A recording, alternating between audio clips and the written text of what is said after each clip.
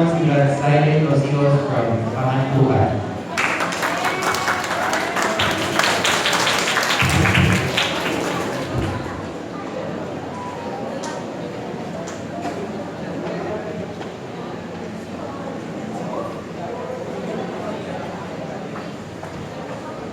Look. Dahil ko lang ginawa sir, para si Brother Cyril, mga kamantukan. Alam ba ako natingala na anong nabuhay mo ni kalibutan na ano ka pa may question sa iyong mga una-una sa purpose mo nabuhay.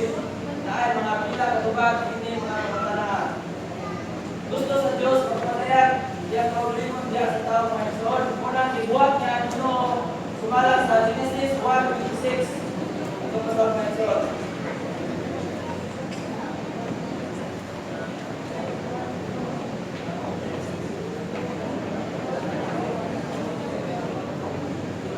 O sa nakita ay bakit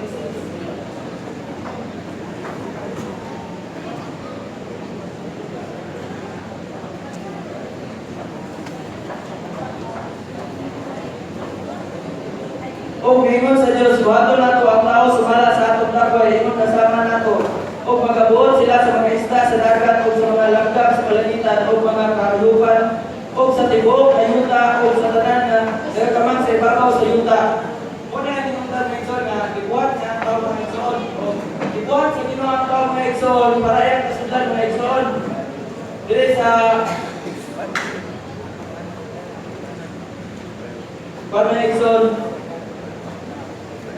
sundan niya mga Igsoon sundan niya o Espiritu mga Igsoon pinagi sa pagdawat sa Diyos mga Igsoon malimong sunod sa tao magpadayan ang Diyos mga Igsoon dili sa Second Corinthians 4:7.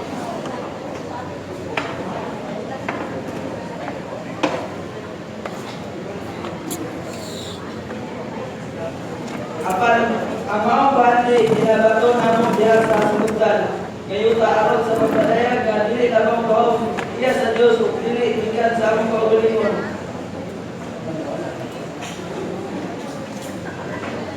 Kadto mga Igsoon ang tao mga Igsoon aron matuman ang plano sa Ginoo mga Igsoon gibuhat niya ang tao imong kasundatan mga Igsoon dili sa Roma 9:21-24 mga Igsoon. Ini ang sundanan na dunay tulo ka tayo mga Igsoon lawas dalag ug espiritu mga Igsoon. Sa first Thessalonica 5:23 mga Igsoon ang lawas ibahala ug dawat sa pisikal nga mga butang ang dalag pagpuntak ug pagkadawat sa mga pisikal mga butang mga Igsoon ang dalag pagpuntak ug pagkadawat sa butang nga psikolohikal mga Igsoon